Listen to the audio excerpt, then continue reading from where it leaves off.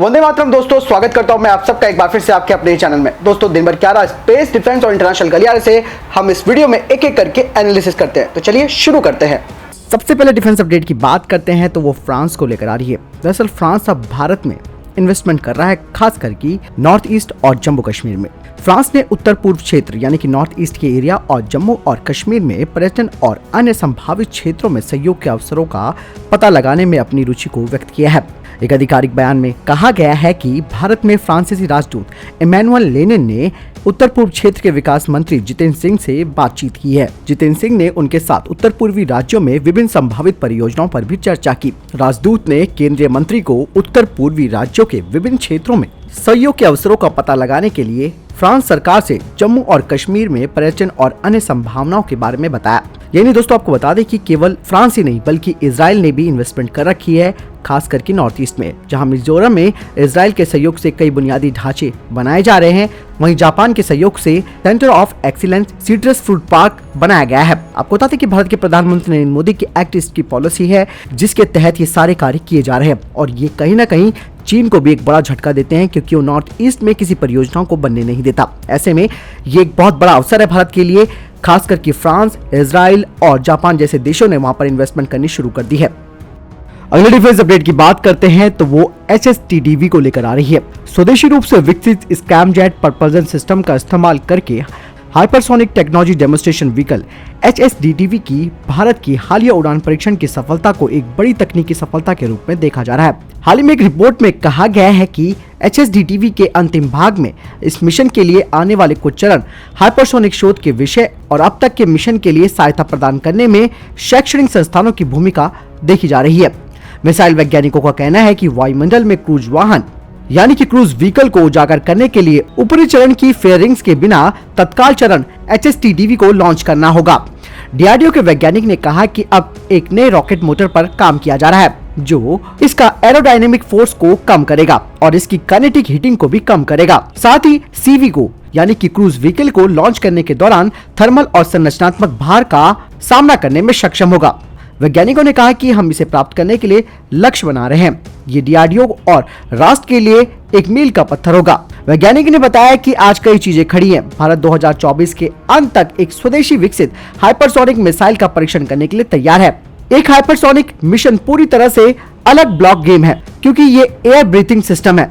स्कैमजेट engine में ईंधन के लिए 1.0 से 1.5 मिलीसेकंड से अधिक नहीं होता, क्योंकि ये हवा के साथ मिश्रित होता है और थ्रस्ट पैदा करता है। एक वैज्ञानिक जो कि कई सालों से HSTDV मिशन का हिस्सा हैं, उन्होंने कहा कि भविष्य के हाइपरसोनिक अनुसंधान के कई क्षेत्रों में युवा वैज्ञानिक आगे आ रहे हैं। साथ ही वैज्ञानिक ने बताया कि हाइपरसोनिक की दुनिया बेहद आकर्षक है और ऐसे कई चुनौतीपूर्ण क्षेत्र हैं जहां युवाओं को भारत को आत्मनिर्भर बनाने के लिए आगे आना होगा। DRDO ने हाल ही में हैदराबाद में एक हाइपरसोनिक विंड टनल सुविधा विकसित की है, जिसका इस्तेमाल भविष्य के हाइपरसोनिक मिशनों के लिए किया जाएगा। आपको बता दें कि HSTDV मिशन में इंजीनियरिंग की लगभग हर शाखा शामिल है, क्योंकि इसके लिए विज्ञान के अलग अलग क्षेत्र, जिसमें भौतिक और रसायन विज्ञान और गणित के कई अध्ययनों की आवश्यकता होती है। बढ़ते अगले अपडेट की तरफ, जो BRO को लेकर आ रही है। गृह मंत्रालय ने फेज सेकंड के तहत यानी कि चरण 2 के तहत भारत चीन सीमा पर 32 सड़कों के निर्माण के लिए करीबन 12,434.90 करोड़ रुपए आवंटित किए हैं। एक अधिकारी ने कहा कि पूर्वी लद्दाख में चीन के साथ गतिरोध के मद्देनजर ये कदम उठाया गया है। अधिकारियों ने कहा कि चरण 2 और चरण 3 का निर्माण सुरक्षा और पर्यावरण मंजूरी और भूमि अधिग्रहण के मुद्दों में देरी के कारण हुआ। सीमा सड़क संगठन, केंद्रीय लोक निर्माण विभाग यानी कि PWD और भारत तिब्बत सीमा पुलिस निर्माण कार्य में लगी हुई है। सीमा चौकियों को जोड़ने वाली सड़कें अरुणाचल प्रदेश, सिक्किम, लद्दाख, हिमाचल प्रदेश और उत्तराखंड में आएंगी। भारतीय सेना और चीन की पीपल लिबरेशन आर्मी पिछले 6 महीने से एक दूसरे के सामने खड़ी है, जहां न्यूनतम तापमान 0 स्तर तक गिर जाता है। दोनों पक्षों ने संकट को हल करने के लिए अब तक 8 बार सैन्य वार्ता की है, लेकिन नतीजा 0 रहा। चरण 3 यानी कि फेज 3 के लिए अतिरिक्त 50 सड़कों का प्रस्ताव भी है। रक्षा मंत्रालय ने कहा कि मौजूदा सीमा चौकियों को जोड़ने के लिए सड़कों के निर्माण के लिए परिचालन मंजूरी दे दी गई है। BRO को 61 सीमा सड़कों को पूरा करने का काम सौंपा गया है और 29 ऐसी परियोजनाओं पर काम भी पूरा कर लिया गया है। 32 परियोजना अभी कई मुद्दों के कारण विलंबित हो गई हैं। ITBP के जवान भारत चीन सीमा के 3,488 किलोमीटर की दूरी पर सतर्कता बनाए रखते हैं और भारत चीन सीमा के पश्चिम, मध्य और पूर्वी क्षेत्रों में 9,000 फीट से लेकर 18,750 फीट तक की ऊंचाई पर 180 चौकियों को संचालित करते हैं। हाल ही में मिनिस्ट्री ऑफ होम अफेयर्स यानी कि गृह मंत्रालय ने अतिरिक्त 47 बॉर्डर आउटपोस्ट और स्टेजिंग कैंपों को गश्त करने वाली टीमों के लिए अस्थायी आउटपोस्ट के रूप में मंजूरी दे दी थी। बढ़ते हैं अगले डिफेंस अपडेट की तरफ, जो कि नेपाल को लेकर आ रही है। जिस तरीके से आपको मालूम है कि नेपाल में भारत के रॉ चीफ गए थे, तो इससे चीन को मिर्ची लग गई और अब चीन अपने रक्षा मंत्री को नेपाल भेजने वाला है। भारत ने 2 दिन पहले अपने टॉप राजनयिक नेपाल भेजे थे और अब चीन के रक्षा मंत्री नेपाल के दौरे पर जाने की तैयारी कर रहे हैं। काठमांडू की एक रिपोर्ट में कहा गया है कि इस बारे में नेपाल के विदेश मंत्रालय ने जानकारी नहीं दी है, लेकिन पीएम ऑफिस और विदेश मंत्रालय के अधिकारियों ने बताया कि चीन के स्टेट काउंसलर और रक्षा मंत्री वेई फेंगे नवंबर के आखिरी में काठमांडू आने वाले हैं। वेई के आने से पहले 1.5 महीने के अंदर भारत से एक के बाद एक 3 उच्च स्तरीय दौरे किए गए थे।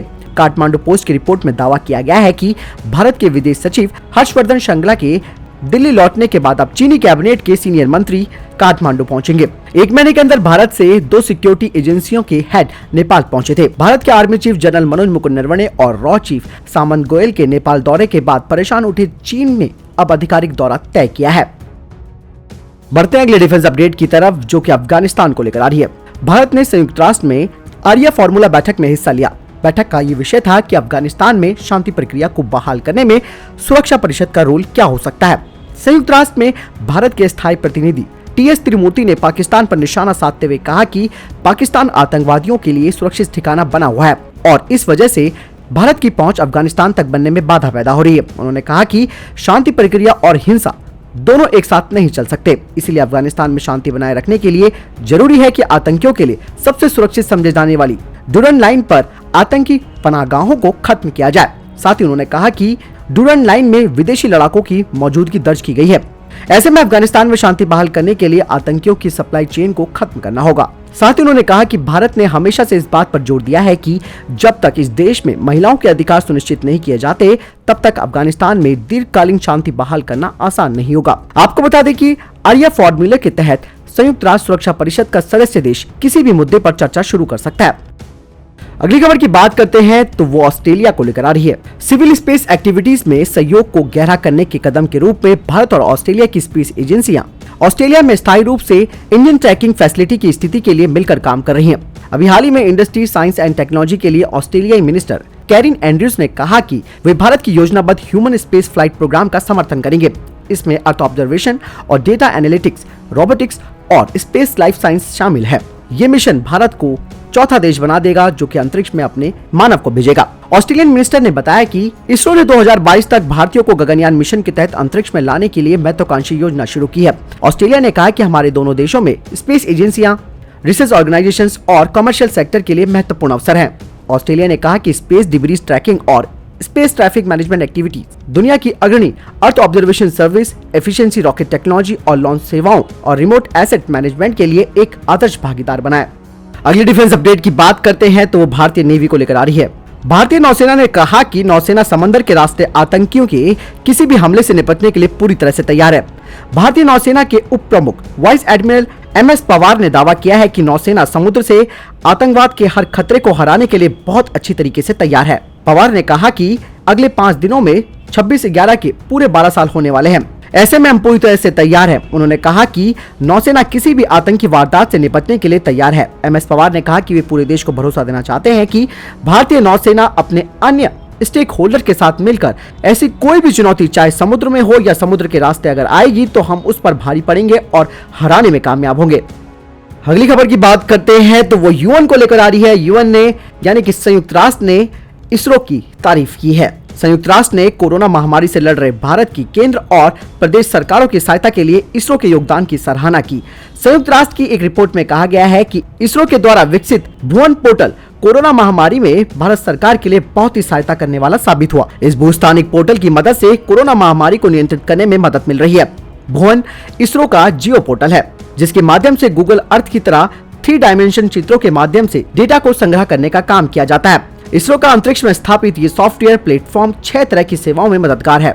इसके माध्यम से ट्रैकिंग, हॉटस्पॉट की पहचान, होम आइसोलेशन, सब्जी बाजार, खाद्य पदार्थों की आवश्यकता, पर्यावरण आदि के संबंध में डेटा संग्रह का काम किया जा सकता है। संयुक्त राष्ट्र की रिपोर्ट में कहा गया है कि भारत ने स्पेस टेक्नोलॉजी और जियोग्राफिक इंफॉर्मेशन सिस्टम के माध्यम से शहरी विकास, यातायात नियंत्रण और यातायात नेविगेशन तकनीक पर बेहतर काम किया है। यानी कि इसरो की तारीफ अब यूएन भी कर रहा है और इसरो लगातार भारतीय सेना को भी मजबूत कर रहा है और अपनी भूमिका को इस महामारी के दौरान भी बखूबी से निभा रहा है। अगली खबर इसरो को ही लेकर आ रही है। भारत लगातार जल, थल और वायु में अपनी ताकत को बढ़ाता जा रहा है। इस कड़ी में भारत कई नए प्रयोग भी कर रहा है। अभी तक भारत कई मामलों पर विदेशी मुल्कों पर निर्भर रहता था, मगर अब भारत खुद आत्मनिर्भर हो रहा है। 11 नवंबर को भारत ने अपनी खुद की भारतीय क्षेत्रीय नौवहन उपग्रह प्रणाली यानी कि Indian regional navigation satellite system को हासिल कर लिया है। ऐसा करने वाला भारत दुनिया का चौथा देश बन गया। इससे पहले यह सिस्टम सिर्फ अमेरिका, रूस और चीन के पास ही था। Indian regional navigation satellite system ISRO ने विकसित किया है। ये एक क्षेत्रीय स्वायत्त उपग्रह नौवहन प्रणाली है जो पूर्णतः भारत सरकार के अधीन है और भारत ने इसका नाम नाविक रखा है। IRNSS का उद्देश्य देश तथा देश की सीमा से 1500 किलोमीटर की दूरी तक के हिस्से में इसके उपयोगकर्ता को सटीक सूचना देना है। 7 उपग्रहों वाली इस प्रणाली में 4 उपग्रह ही नियमित कार्य करने में सक्षम है, लेकिन 3 अन्य उपग्रह भी जुटाई गई जानकारी को और सटीक बनाएंगे। हर उपग्रह यानी कि हर सैटेलाइट की कीमत करीबन 150 करोड़ रुपए के करीब है। IRNSS भारत विकसित एक स्वतंत्र क्षेत्र नेविगेशन सैटेलाइट सिस्टम है। इसे हिंद महासागर में जहाजों के नेविगेशन में सहायता के लिए सटीक स्थिति सूचना सेवा प्रदान करने के लिए डिजाइन किया गया है। ये भारतीय सीमा में लगभग 1500 किलोमीटर तक फैले हिंद महासागर में अमेरिका के स्वामित्व वाली ग्लोबल पोजिशनिंग सिस्टम यानी कि जीपीएस की जगह लेगा। अभी तक हम इस टेक्नोलॉजी के लिए अमेरिका पर आश्रित थे। जीपीएस के विपरीत हालांकि IRNSS एक क्षेत्रीय है और वैश्विक नेविगेशन प्रणाली नहीं है और ये प्रणाली भारतीय अंतरिक्ष अनुसंधान संगठन यानी इसरो के उपग्रहों पर आधारित है जो नेविगेशन के लिए उपयोग में किए जाते हैं। तो दोस्तों, ये थे अभी तक के टॉप डिफेंस और स्पेस अपडेट्स। वीडियो के संबंध में प्रश्न जवाब या आपका सवाल है, आप जरूर हमें कमेंट करके बताएं। साथ ही आप में से जो लोग हमारे चैनल पर नए हैं वो इस चैनल को सब्सक्राइब करना ना भूलिएगा। मिलता हूं आपको नए वीडियो के साथ, तब तक अपना ख्याल रखिएगा। जय हिंद, जय भारत।